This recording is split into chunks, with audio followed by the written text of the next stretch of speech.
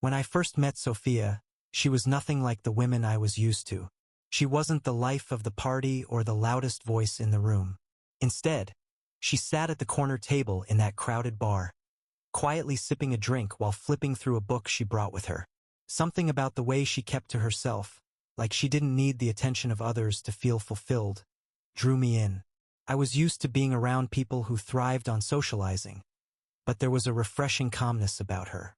Sophia was the opposite of me in every possible way. Where I filled the silence with jokes and stories, she found comfort in the quiet moments.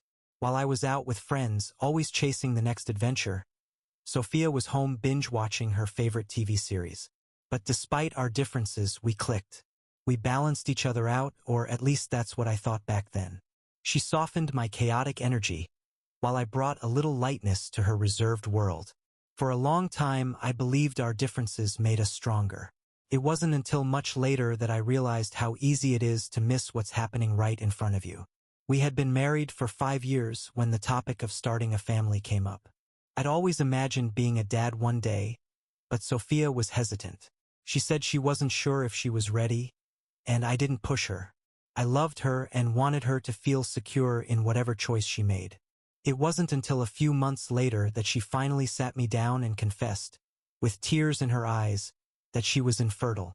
She said she had kept it a secret because she didn't know how to tell me, fearing I would leave her. I was devastated but tried to put on a brave face. "We can still be happy," I reassured her. "There are other ways to start a family." Her relief was palpable. She clung to me, and I told myself that, as long as we had each other, it didn't matter if we couldn't have kids. But then, small changes began to creep into our lives. Sophia started coming home later than usual. She claimed it was due to increased workload, which wasn't entirely out of the ordinary. She worked in a competitive field, and putting in extra hours wasn't uncommon for her. At first, I didn't think much of it. She was still the same quiet woman I had fallen in love with, who preferred the comfort of home to the chaos outside. Then came the bar. I had never known Sophia to spend time in bars or clubs. She wasn't the type. Yet one night I saw her leaving one. It was purely by accident. I had gone out with some old friends and was just about to call it a night when I spotted her walking out of the place. She wasn't alone. She was with one of her coworkers, a guy named Andrew. I knew of him vaguely, but I'd never thought of him as anything more than a colleague she occasionally mentioned. Sophia's face went pale when she saw me. She stammered, saying that it was just a work thing, that they had been discussing a project over drinks. Andrew nodded along, trying to act natural, but something about his demeanor didn't sit right with me. The way he looked at her was too familiar, too comfortable. From that moment on, I started paying closer attention. I noticed the little things. The way she would get defensive if I asked about her day, the way she flinched whenever Andrew's name came up, and the new habit she developed of keeping her phone face down on the table. It wasn't that I didn't trust her. I loved her after all. But doubt had taken root in my mind, and I couldn't shake the feeling that there was more going on than she was letting on. One night, when Sophia was out late again, I found myself sitting at the kitchen table, staring at her laptop. It was unlocked, just sitting there, practically begging me to dig for answers. I hesitated, then told myself it was just to ease my mind. I didn't find anything incriminating, just work emails and some personal notes. But there was one thing that stood out, an unsent draft of an email to Andrew. It wasn't anything explicit, just a mention of meeting up at the bar again, to continue the conversation. I closed the laptop, trying to convince myself that I was overreacting. But deep down, I knew something wasn't right. There were too many signs that didn't add up, and I couldn't just ignore them anymore. The next time Sophia came home late, I decided I would find out the truth, no matter what it took. The night I decided to confront Sophia, I planned to be calm and rational. I wasn't out to accuse her of anything without proof. I just needed answers. But when she walked through the door, looking exhausted and disheveled, something in me snapped. I blurted out the question before I could think better of it. "Where were you tonight, really?" She froze in the doorway, the keys still dangling in her hand. "At work," she replied, her voice steady but her eyes darting away from mine. "You know I've been swamped lately. And after work? Did you stop anywhere? I asked, trying to keep my tone neutral. She hesitated for just a fraction of a second, but it was enough to confirm my suspicions. I went to grab a drink with some coworkers, that's all. It's been a stressful week, and I needed to unwind. A drink at the bar? With Andrew. The words came out sharper than I intended. I wasn't even sure why I mentioned his name. It had just been gnawing at me ever since I saw them together. She stiffened. Yes, he was there. But it wasn't just us. There were others. It was nothing, Henry. But I couldn't shake the feeling that she was holding something back. The way she avoided my gaze and her defensiveness whenever Andrew's name came up. It all seemed off. I let it go for the moment, though, not wanting to push her into a corner. We went to bed in a tense silence, but I didn't get a wink of sleep that night. The doubt that had taken root in my mind was growing into something I could no longer ignore. Over the next few days, Sophia seemed more distant than ever. I tried to be understanding, telling myself that maybe the stress at work was really getting to her. I even suggested taking a weekend trip together to clear our heads, but she shut the idea down, saying it was impossible with her current workload. That was the first time I felt a real pang of resentment, like my own wife was shutting me out. As the days turned into weeks, I found myself thinking more and more about that bar, about the draft email on her laptop, and about Andrew. The uncertainty was eating away at me, so I decided to do something I never thought I'd do. I followed her. One evening, I parked my car a block away from her office and waited. I wasn't proud of it, but I was desperate for answers. I watched as she left work, her expression weary as usual. But there was something different about her. She wasn't heading home. Instead, she was walking in the opposite direction, towards the bar. I stayed far enough behind so she wouldn't notice me, feeling a strange mix of anger and guilt for spying on my own wife. As she entered the bar, I took a deep breath and followed, lingering near the entrance where I could see her without being seen.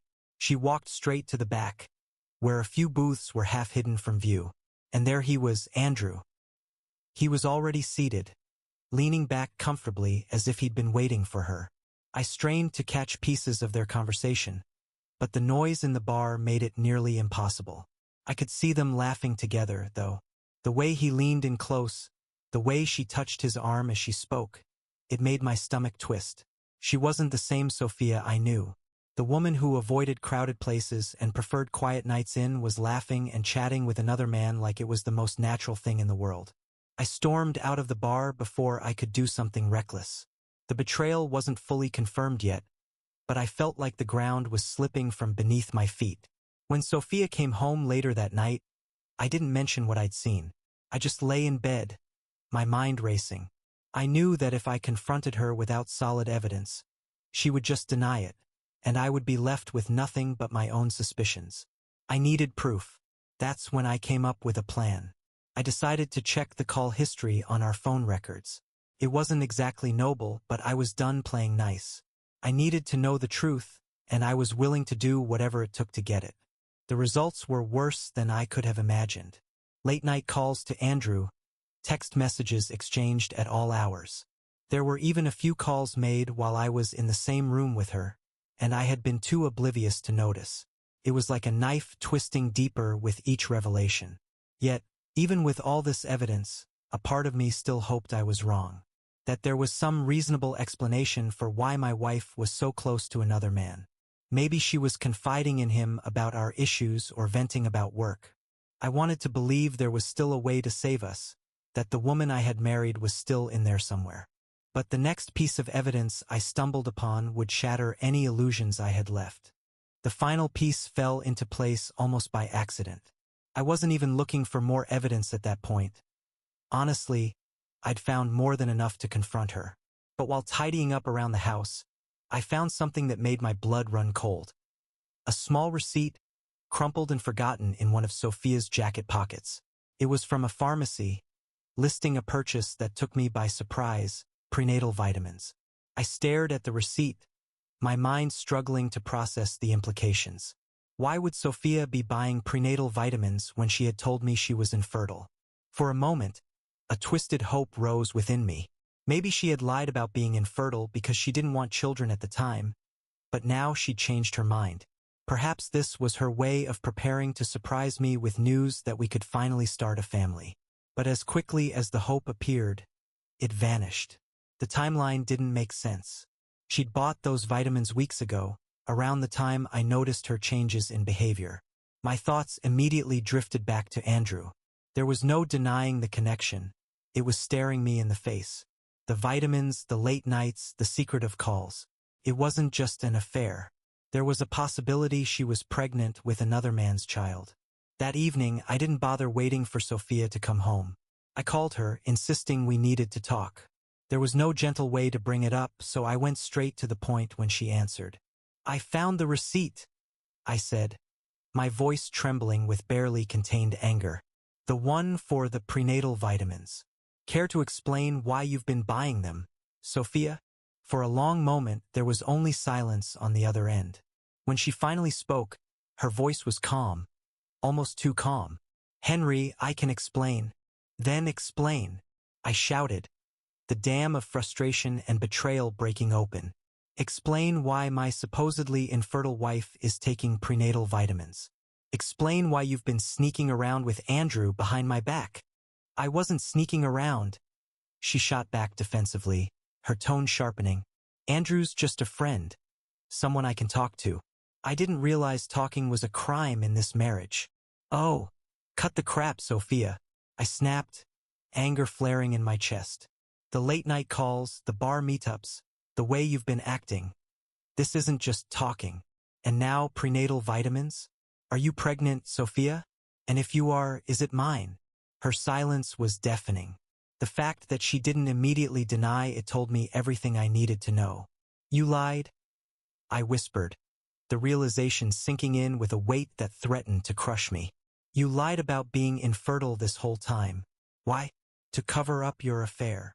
"Henry, please, it's not like that," she finally said, her voice breaking. "I didn't know how to tell you." "How to tell me what? That you were cheating on me? That you were stringing me along while you planned to start a family with someone else?" I was shouting now, my voice echoing through the empty house. "It wasn't supposed to happen like this," she cried, the words tumbling out in a rush. "Andrew, he was just someone I confided in. Things between us, it just happened. I didn't plan it. I didn't want to hurt you." The room spun around me as the betrayal settled in like a knife twisted deep in my gut. "How long?" I demanded. "How long have you been seeing him?" She hesitated again, and it felt like a lifetime passed before she answered. "About 6 months," she admitted, the shame clear in her voice. "But it wasn't serious at first. We were just talking. It got out of hand and I made a mistake." "A mistake?" I laughed bitterly, the sound hollow and foreign to my own ears. "A mistake is burning dinner. Not lying to your husband for months while you're having an affair with your coworker. Henry, I swear, I never wanted it to go this far," she pleaded. I was confused. I didn't know if I wanted kids, and when I met Andrew, it felt different. "But I still love you. I never stopped loving you." Her words felt like salt in a wound. How could she claim to love me after everything she'd done? After all the lies and deceit? "Love," I spat, the word tasting like poison. "If this is what you call love, then I don't want any part of it." I hung up, unable to bear listening to her voice any longer. For the first time since this whole nightmare began, I felt truly lost. It wasn't just that my wife had cheated on me. It was that she had built an entire web of lies that I had unknowingly walked into. I didn't know what was real anymore. How many other truths had she bent to suit her own needs? What else had she kept hidden from me? I spent the night wandering the city streets, my thoughts a chaotic blur. When I finally returned home, the house felt different. It wasn't my home anymore. It was just a place filled with memories of a life that now felt like a lie.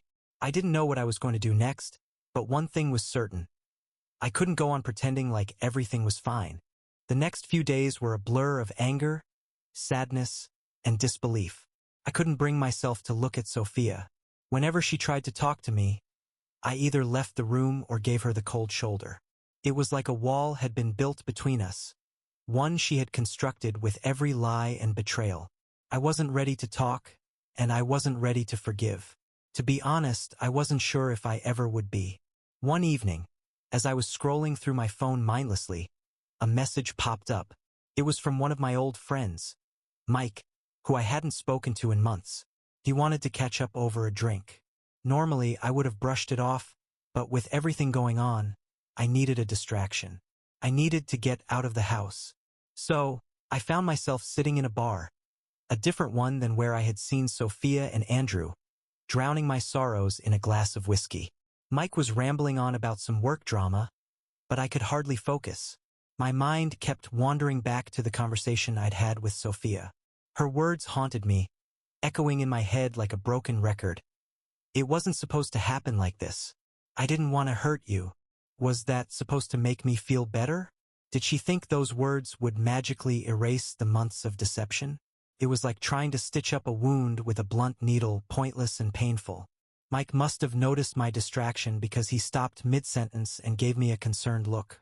"Hey man, are you okay? You look like you're a million miles away." I sighed, running a hand through my hair. "Honestly, Mike, I'm not okay. My wife, she cheated on me." His eyes widened in surprise, and he leaned in closer, lowering his voice. "What, Sophia? Are you serious?" I nodded, bitterness tightening my chest. "Yeah, with some guy from her office. It's been going on for months, and I had no idea." "Damn, that's rough, man," Mike said, shaking his head. "I had no clue. I thought you guys were doing great. I mean, whenever I saw you, you always seemed so happy." I let out a bitter laugh. "Yeah, well, I guess I was the only one who thought that." We sat in silence for a while, nursing our drinks. The bar's dim lighting and murmur of background conversations seemed to mirror the storm brewing inside me.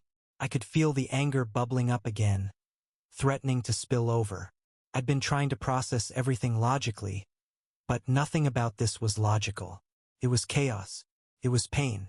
As the evening wore on, Mike got up to use the restroom, and I found myself reaching for my phone. It was as if my fingers moved on their own, dialing Sophia's number. I didn't even know what I was going to say. Maybe I just needed to hear her voice to remind myself that this wasn't some terrible dream. But she didn't answer. Instead, the call went straight to voicemail. I hung up, frustration mounting. Just as I was about to take another sip of my drink, my phone buzzed. It was a message from Sophia. "Can we talk when you get home?" I didn't respond. I wasn't ready to talk on her terms, to hear another round of excuses and justifications. I didn't want to deal with the tears or the apologies. I wanted the truth, raw and unfiltered. And if she couldn't give me that, then there was no point in talking at all. When I finally dragged myself home that night, I found her sitting at the kitchen table, her face pale and eyes red-rimmed. She looked like she hadn't slept in days. I almost felt a pang of sympathy for her, almost. But then I remembered the lies, the phone calls, the prenatal vitamins, and all sympathy evaporated. "I thought you'd stay out all night," she said quietly, her voice wavering. "You weren't answering my texts." "Yeah, well, I needed some space," I replied, keeping my tone flat. "Not that it matters. You've had plenty of space lately, haven't you?" She flinched at my words. "Henry, please, can we just talk? I know you're angry, and you have every right to be, but there's more you need to know." "I don't think there's anything left to say, Sophia," I said, folding my arms across my chest. "You lied to me for months. You were seeing someone else behind my back. What else is there?" Her hands trembled as she reached for a glass of water on the table. She took a small sip before looking up at me with a hollow expression. "The vitamins, I didn't tell you the full story. There's a reason I bought them." "I'm listening," I said, though I wasn't sure if I wanted to hear whatever excuse she was about to give. She took a deep breath. "I found out, a while ago, that I actually wasn't infertile. I went to the doctor for a checkup and they ran some tests. Turns out there was nothing wrong with me. It was a mix-up. The doctor gave me the wrong diagnosis years ago, and I never thought to question it." The confession hung in the air, heavy and suffocating. "You're saying You could have gotten pregnant this whole time? I asked, my voice barely a whisper. She nodded slowly. Yes, I wanted to tell you, Henry. I did, but I was scared. I didn't know how you would react. And by then, things with Andrew had already started. So what? I scoffed, feeling the anger surge back in full force. You found out you could have kids and decided to start trying with him instead of your own husband? It wasn't like that, she insisted, tears welling up in her eyes. I was confused. I felt like everything I knew about myself had been flipped upside down. I didn't know what to do, and I made a horrible mistake. I didn't mean for it to get this far. Yet here we are, I said, my voice dripping with sarcasm. Funny how mistakes just seem to snowball like that. The room fell silent again, the weight of her betrayal pressing down like a suffocating blanket. I could see that she was sorry, but it didn't matter. Her regret didn't erase what she had done or undo the lies she had spun. I couldn't keep living in this illusion anymore. I didn't sleep that night. I lay awake, staring at the ceiling, running Sophia's words through my head over and over. The truth about her fertility wasn't the real issue. It was the fact that she had hidden it from me, just like she had hidden everything else. The lies had built up over time, like bricks in a wall, separating us more and more. Now that wall was unbreakable. In the morning, I got up early and left for work before she woke up. I couldn't bear another confrontation. I needed time to process things on my own terms. At work, I went through the motions, pretending to be my usual self, but I knew I wasn't fooling anyone. My colleagues kept glancing at me, probably sensing that something was off, but no one asked any questions. For that, I was grateful. By the time I returned home that evening, Sophia was sitting on the couch, waiting for me, just like she had the night before.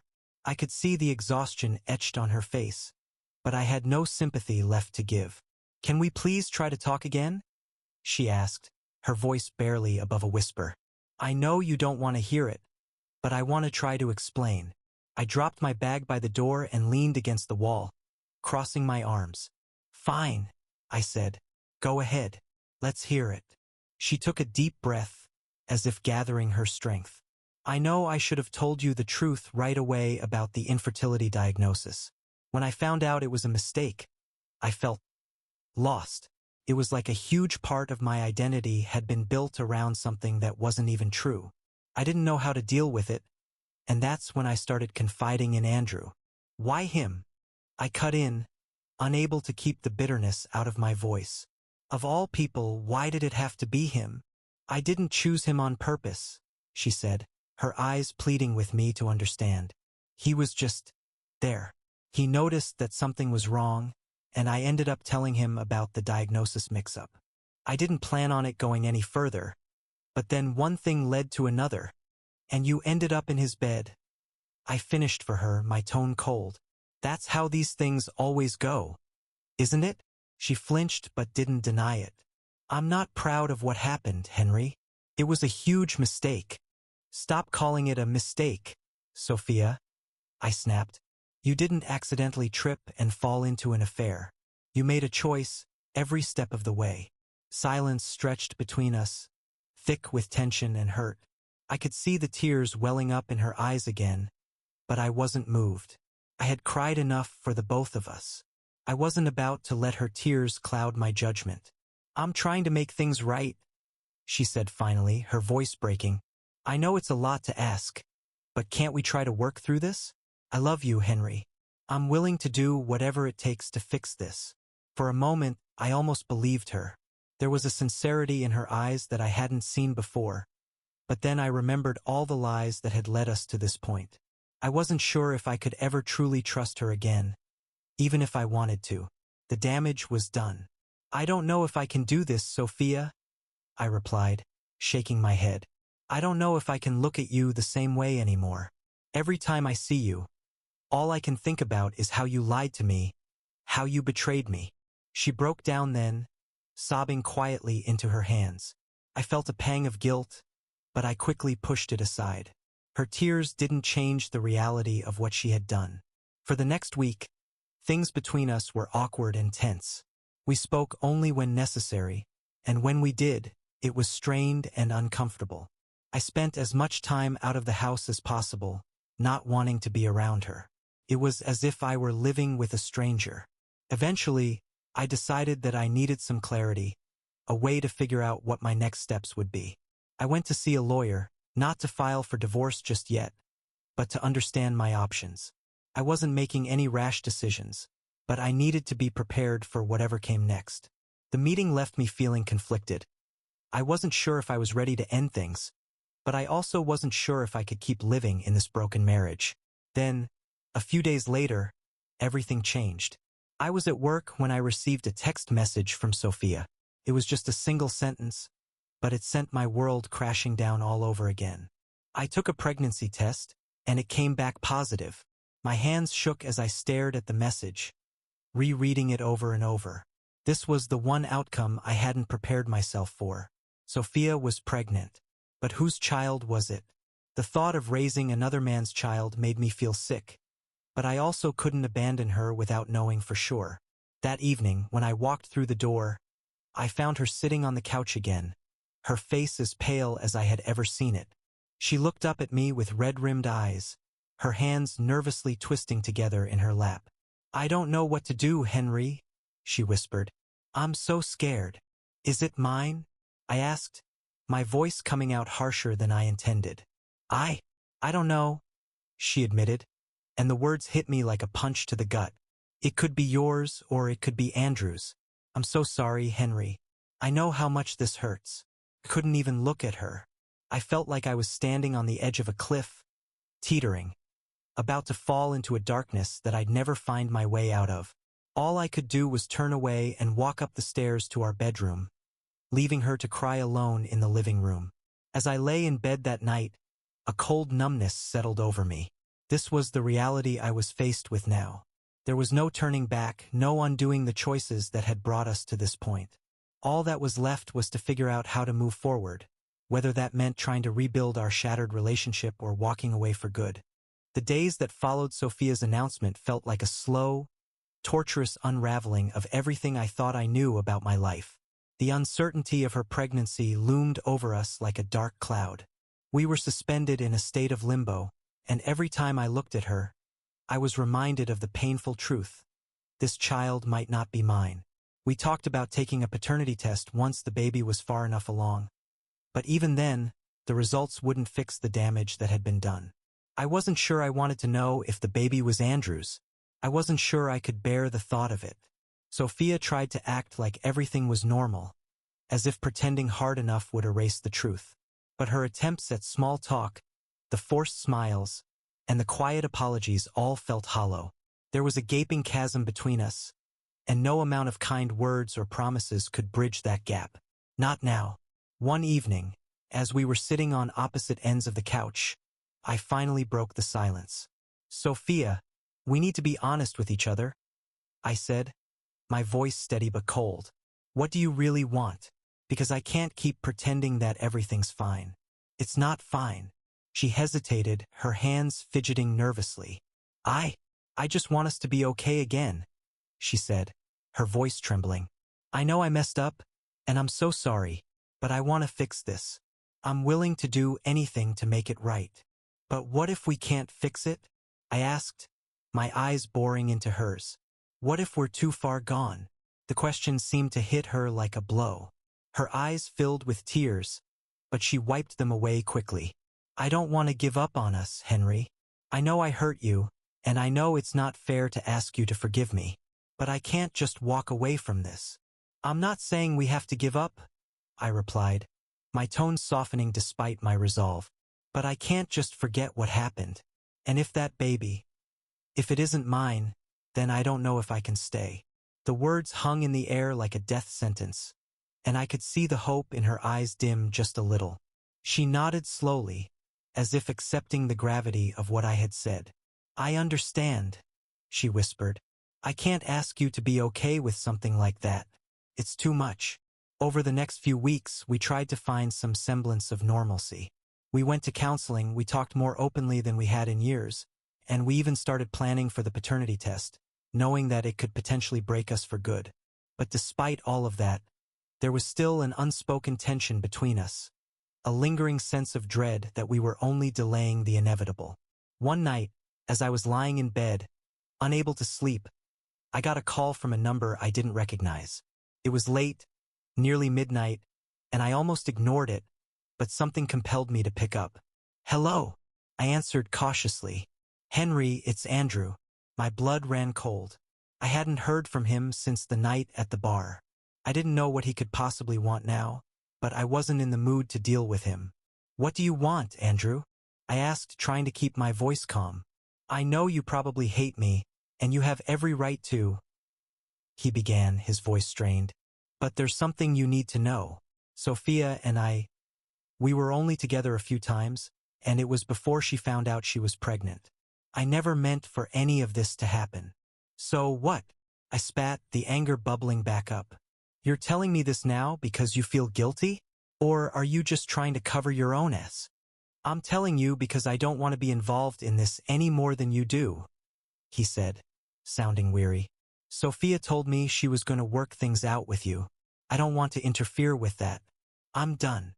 I was silent for a moment, absorbing his words.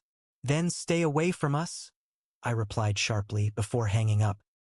His explanation didn't change anything for me.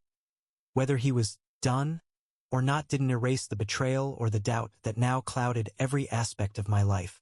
The next morning, I told Sophia about the call. She seemed surprised, but not shocked. "He's right, Henry," she said quietly. "It didn't mean anything. I didn't want him in my life anymore. I chose you, but you didn't choose me when it mattered." I shot back, unable to hide the bitterness in my voice. "You chose him." The hurt in her eyes was unmistakable, but I didn't apologize. I was too tired of pretending that everything would magically resolve itself. We had a mountain of problems that needed sorting out, and sugarcoating the truth wasn't going to make that mountain any smaller. As the weeks passed and the date for the paternity test drew nearer, I found myself retreating emotionally, distancing myself from Sophia even as we attended our counseling sessions and tried to rebuild our marriage. I had to protect myself. I couldn't let my guard down. Not again. On the day of the test, we drove to the clinic in silence. I could feel the tension radiating off Sophia, but I didn't try to comfort her. I didn't have the energy. We went through the motions, filling out paperwork, answering questions, and submitting the samples. It was clinical and cold, just like our relationship had become.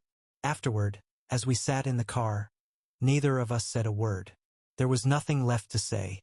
We both knew that the results could change everything one way or another. We were standing at the edge of a cliff, and the ground was about to crumble beneath us. The next week was excruciating. The anticipation of the paternity test results gnawed at me constantly, and it was impossible to focus on anything else. Sophia and I fell into a routine of avoidance.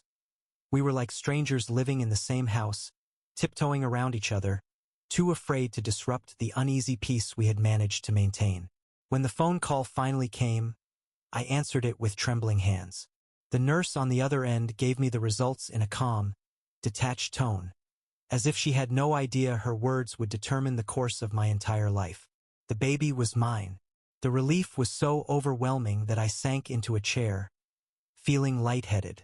But as the initial shock wore off, I was hit with a new wave of emotion. Anger, sadness, and oddly enough, a sense of betrayal that hadn't fully left me. Yes, the child was mine, but that didn't erase the affair or the lies.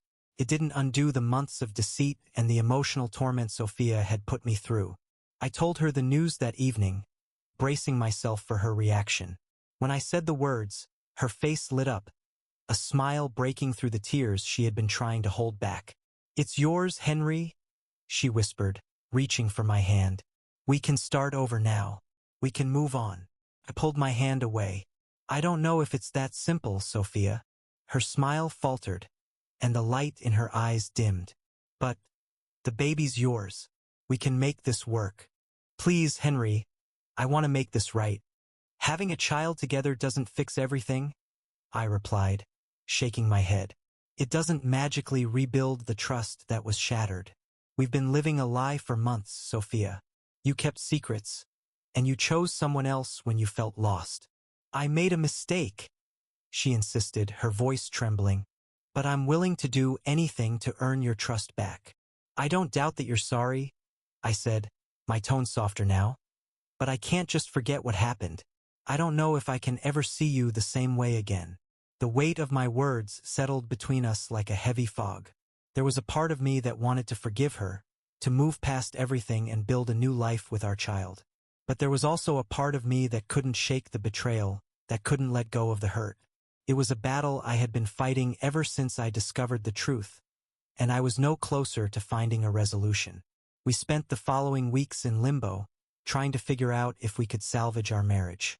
We went through the motions of preparing for the baby, attending doctor's appointments together, even setting up a nursery. On the surface, we looked like a couple eagerly awaiting the arrival of their first child.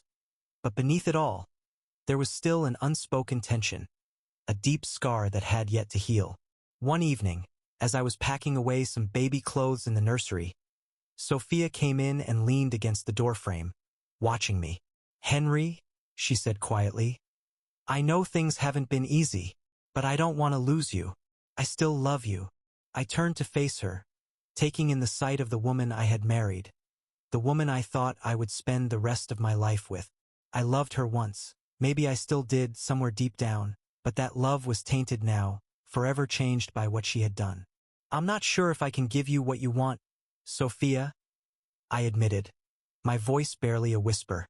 "I don't know if I can be the husband you need, or the father our child deserves, when I'm still carrying all of this." Her face crumpled, and she took a shaky breath. "I understand," she said, wiping a tear from her cheek. "But I'll keep fighting for us. I'll keep fighting for you." As the days turned into weeks and Sophia's due date approached, I found myself slowly starting to let go of the anger. It wasn't a conscious decision. It was more like a gradual release, as if the weight I had been carrying was finally becoming too heavy to bear. I didn't know if I was truly ready to forgive her, but I was ready to start healing. When the day finally came and Sophia went into labor, I was right there by her side. It was a long and difficult delivery, but the moment our daughter was born, and I heard her first cry, something inside me shifted. I held my baby girl in my arms, and I felt a rush of love and protectiveness that I hadn't been prepared for. In that instant, I knew that no matter what happened between Sophia and me, I would be there for our daughter. I would give her the world. After the birth, we brought our daughter home, and for a little while it felt like maybe things would be okay. Sophia and I were still distant, but there were moments, small, fleeting moments, when we felt like a family. I could see how hard she was trying, how much she wanted to make things right, and part of me admired her for that. But the scars of betrayal don't heal overnight. As time went on, I realized that the love I once felt for Sophia wasn't coming back. I couldn't shake the memories of her affair, couldn't forget the lies she had told. It wasn't fair to either of us to keep pretending that we could go back to the way things were. One evening, as we sat in the living room after putting our daughter to bed, I finally said what had been on my mind for months. "Sophia, I think it's time we face the truth." I began, my voice steady. "We've tried to make this work, but it's not enough. We're not the same people we were before." She looked at me, her eyes filled with resignation. "I know," she said softly. "I've known for a while. We need to do what's best for our daughter," I continued. "And that means being honest with ourselves. We'll always be her parents, but we can't keep pretending to be something we're not." She nodded, tears streaming down her face. But there was no bitterness, no anger, just a mutual understanding that this was the end of our marriage, but not the end of our journey as parents. We separated shortly after, but we stayed committed to co-parenting our daughter. It wasn't always easy, but we found a rhythm that worked for us. And while our marriage had ended in heartbreak, it had also given us the most precious gift of all, our little girl. As for me, I moved on, though it took time. I slowly rebuilt my life, finding solace in the love of my daughter and the support of friends who had been there for me through it all. The betrayal had changed me, but it hadn't broken me. It had taught me that healing doesn't always mean forgetting. It means accepting the past and choosing to move forward. And so, in a way, the ending was bittersweet. I had lost the woman I once loved, but I had gained something just as precious. A renewed sense of self and a bond with my daughter that nothing could ever break. The road ahead was uncertain, but I was ready to walk it, one step at a time.